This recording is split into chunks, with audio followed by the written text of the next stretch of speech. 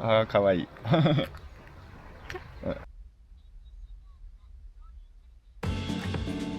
僕は軽トラで世界を旅する33歳。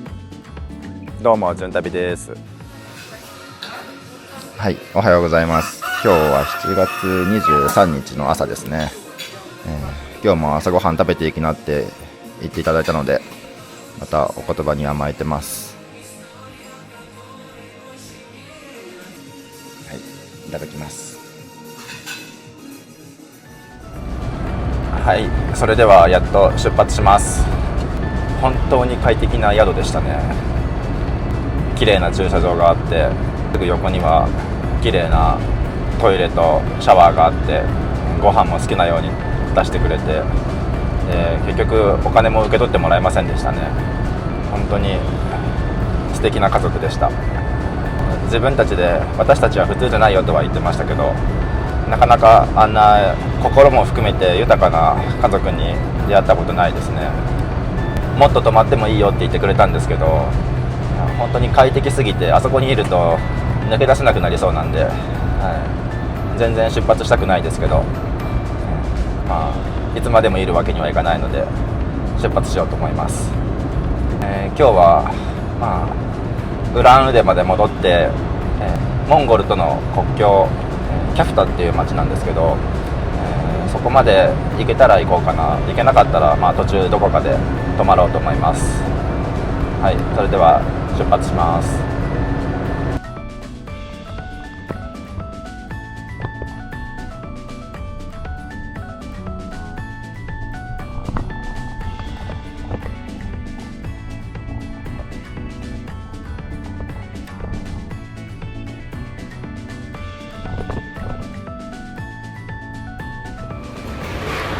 明日の朝ごはんでも買っておこうと思ってスーパー寄りました。またこのメロンパンみたいだけどメロンパンじゃないやつが売ってますね。これはアンパンに見えるけど絶対アンパンじゃないですよね。どうしような。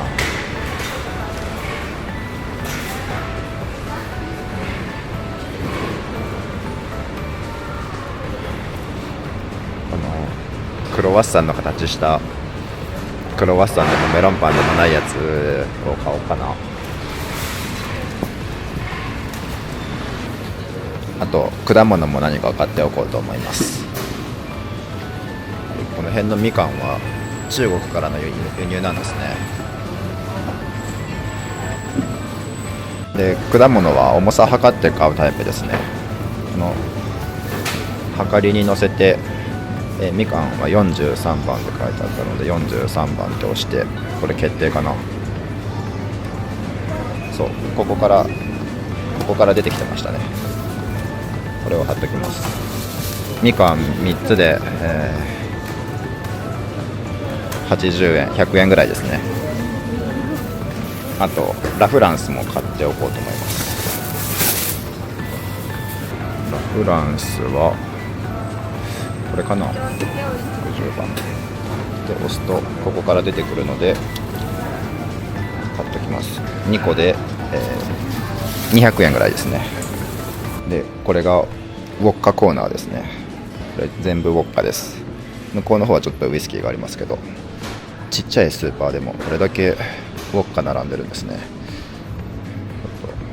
モンゴルにお土産に1本ぐらい買っていこうかと思います。しかもウォッカがどれも、1000円ぐらいですね1本、それ以上高いのがあまりないですけど、なんと年齢確認されました。あとビールも買っておこうと思います。よく飲んでたこれスーパーで買うとね86だから170円80円ぐらいですね。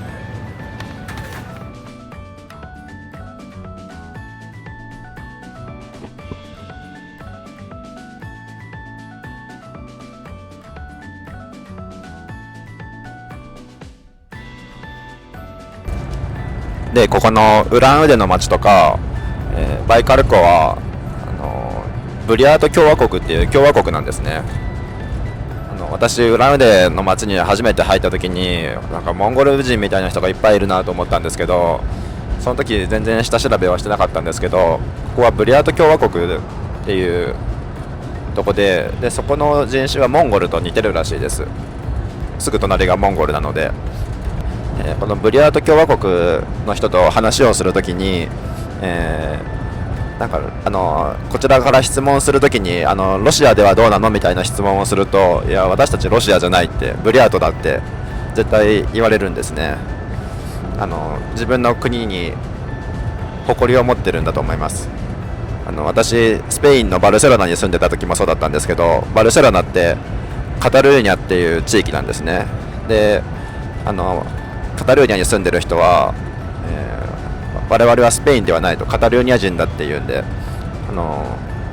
そこも彼らも誇りを持ってて、なのでそこと似たような感じを受けましたね。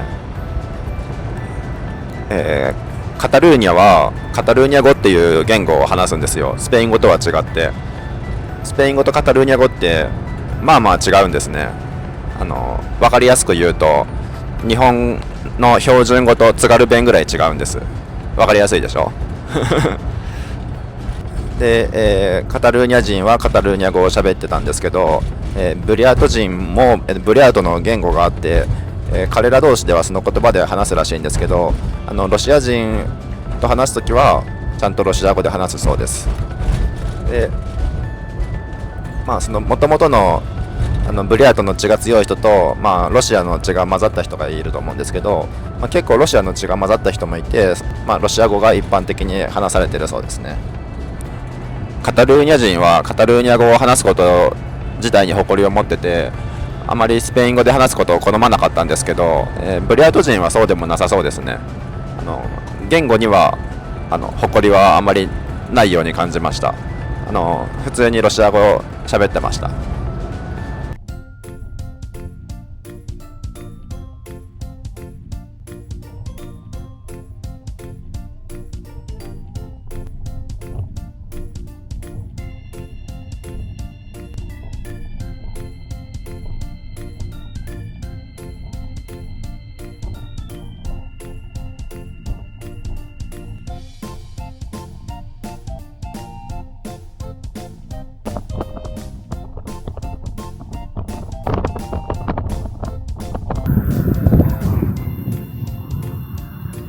ひたすら草原で、ずーっと直線の道ですね。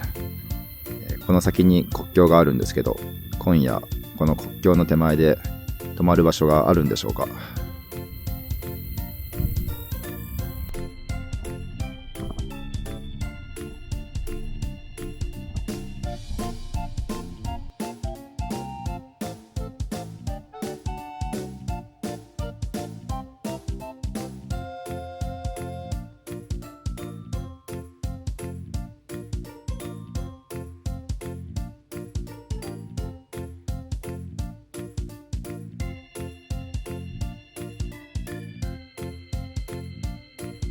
はい、キャフタの街が見えてきましたね。この右側にあるのがそうです。結構大きい街なんですね。一軒家がたくさん並んでます。で、さっきの検問のおまわりさん、インスタの QR 読んでるなと思ったら、今フォローが来ましたね。フォローするよって言ってくれたらありがとうっていうのに、教会がありましたね。はい、キャフタの町にある教会に来ました。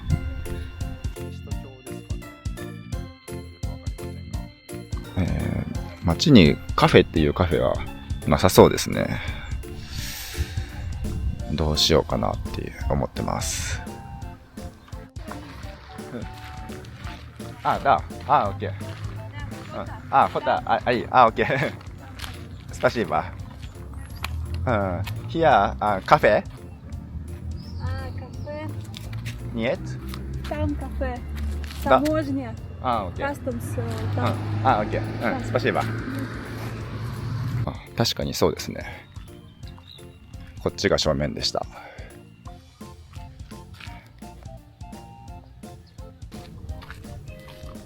Я из Японии. Я поняла. Да. English. Yes. You speak English? little bit. Да, чуть-чуть. It is YouTube. Ютуб. Да. Надо фото? Фото с нами Да, надо? да. Идите в рот выйти. Смотри, кушай. Смотри, там какой-то дядя нас фотографирует. あー、かわいい。How old? ワン。Ван, Ван. 1歳だそうです。And cafe is here? Кафе, This or this? ну либо вот так поедете, как на Customs. Да,カスタムだ。И там будет Орда. うん。あー、カフ OK。ェ10時まで。カフェあ、10時 спасибо。I go。спасибо。パカパカ。はい。一旦ロシアが最後の夜になるので、晩ご飯にロシア料理を食べに行きました。ボルシチと小籠包みたいなやつと、あとこのカフェのおすすめって聞いたら、なんかハンバーグと目玉焼きに乗ったなんかロコモコみたいなやつと、マッシュポテトとサラダですね。でここはね、キャフタの国境のすぐ横のカフェですね。今夜はここに泊まろうと思います。では一旦ロシアを無事にここまで走れたということで乾杯。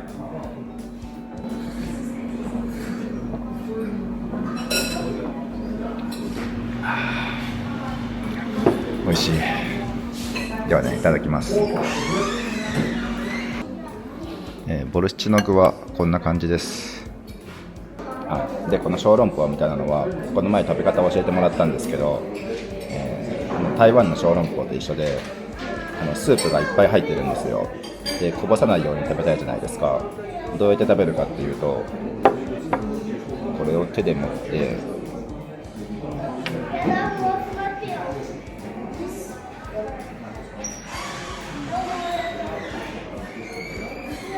ここにこうやって穴を開けるんですね。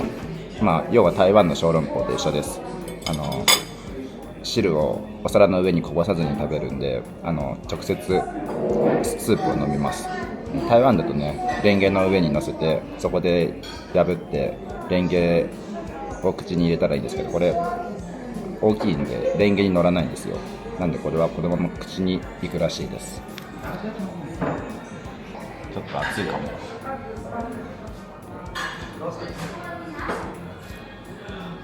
そうそう、熱く大丈夫だ。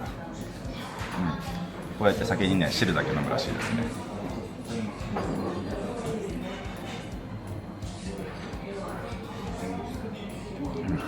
美味しい。本当に小籠包ですね。でやると、こんな感じで中に肉が入ってますね。はい、こちらが国境ですね。24時間やってるそうです。ただ夜の国境を越えるのってちょっと怖そうですよね。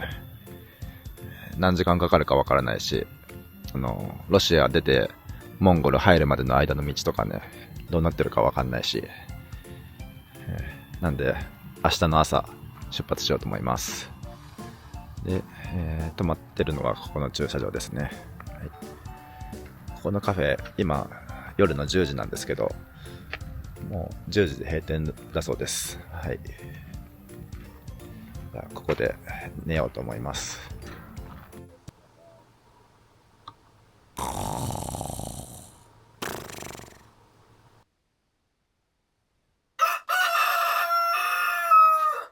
はい。では国境へ移動していきます。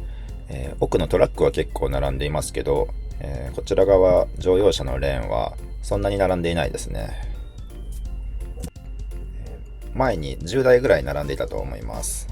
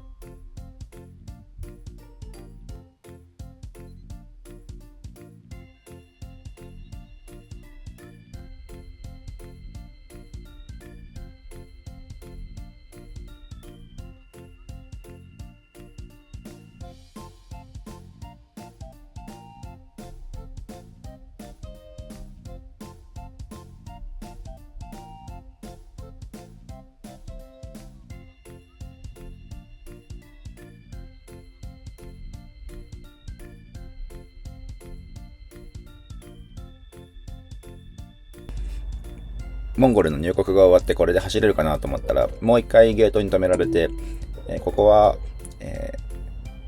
強制保険の確認でしたね。で、私まだ持ってなかったので、ここで強制保険を購入してきました。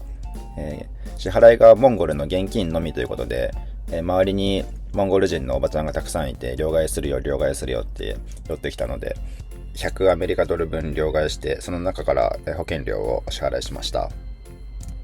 どれぐらいの期間が必要かって聞かれて、2週間ぐらいって言ったら、最短が2ヶ月ということで、2ヶ月分購入して、2000円弱ぐらいでしたね。窓口のお兄さんがすごい親切な方でね、旅楽しんでねって言って、最後お見送りまでしてくれました。はい、無事に保険も購入できて、モンゴルの道を走っております。で、とりあえず首都ウランバードルに向かいます。380キロで、時間が6時間半って表示されてますね。ウランバードルって渋滞がひどいらしいんですけど、まあそのせいか、この距離でも6時間半かかるんですね。で、今の時間が10時半ですね。ロシアの、出国をスタートしたのが8時だって、で、ロシア出国するのに、まあ、1時間ぐらいかかりました。で、そこからモンゴルの入国の方がちょっと時間かかりましたね。で、まあ、無事入国できました。モンゴルも草原ですね。国が変わったって言ってもすぐ横なんで、一気にガラッと変わるわけないですよね。ではね、引き続き安全運転でいきたいと思います。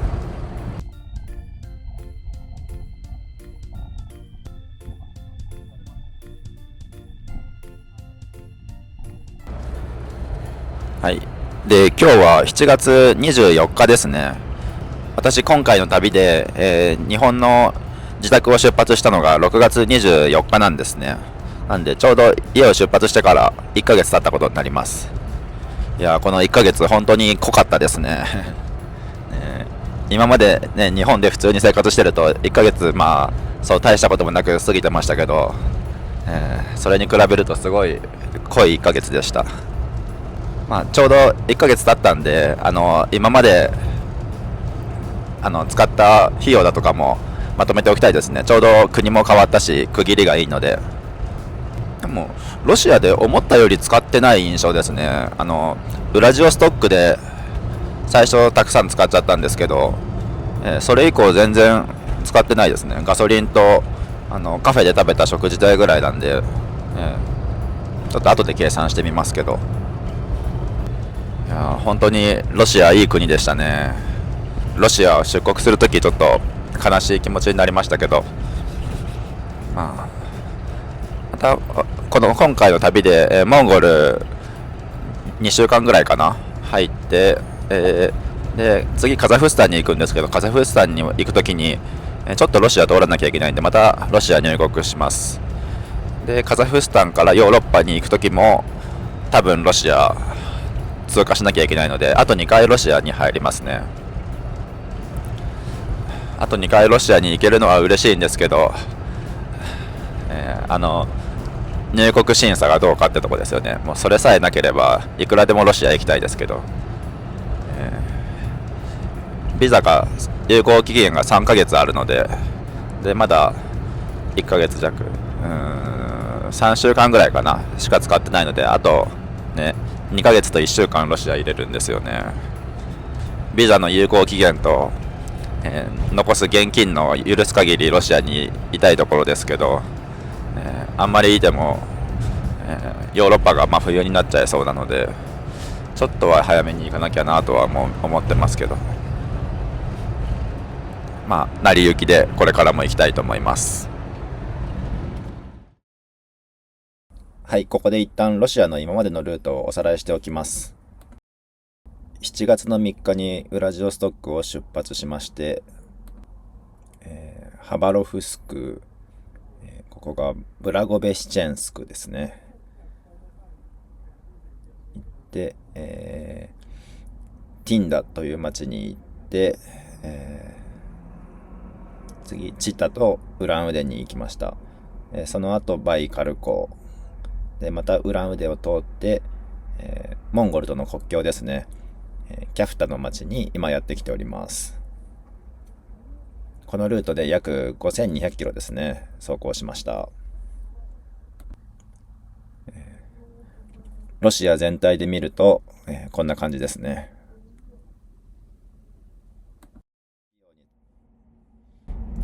続いてガソリン代などのかかった費用について説明していきます。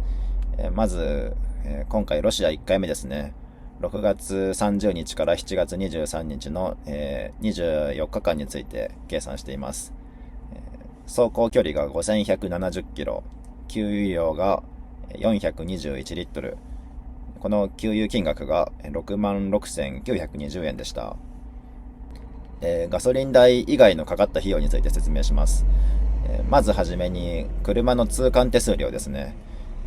ロシアで車を受け取る際にかかった手数料が、日本円にして9万円かかりました。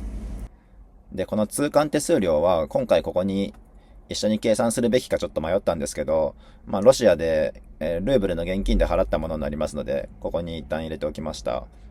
日本円で9万円です。次にホテル代ですね。これはウラジオストックに到着してから車を受け取るまでホテルで3泊しましたので、その費用が27,000円です。で、次に駐車場代ですね。これが5回分の値段です。2200円。で、洗濯が2回で5600円。で、ガソリンの携行缶ですね。日本から1個持ってきたんですけど足りないと思って、こちらで4個買いました。それがちょっと高くてですね、28,000円しました。1個7,000円ですね。はい。で、あと、オイル交換が12,200円。で、それ以外の金額ですね。飲食代だとか雑費、もろもろ全部含めまして134,080円でした。で、これらと、ガソリン代含めまして、ロシア1回目の使った金額が全部で35万円ちょうどでしたね。生活費として考えると思ったより安くないですかね。通関手数料とか携行缶を抜きで考えたら23万円ですよね。1ヶ月間毎日外食で毎日遊んで暮らして23万円なら思ったより安いかなと思いました。一般的に、1ヶ月間毎日旅行したら23万円じゃ済まないですもんね。これ毎日車中泊してて、一度もホテルには泊まってないので、それで抑えられた部分も大きいのかなと思っています。ロシア1回目の、かかった費用のまとめとしてはこんなところですね。はい。で、今回の動画はここまでとなります。最後までご視聴いただきありがとうございました。はい。それでは、ウランウデからチャンネル登録よろしくね。それではまた。半分ぐらいプリウスじゃないですか。ですね、馬を2頭買って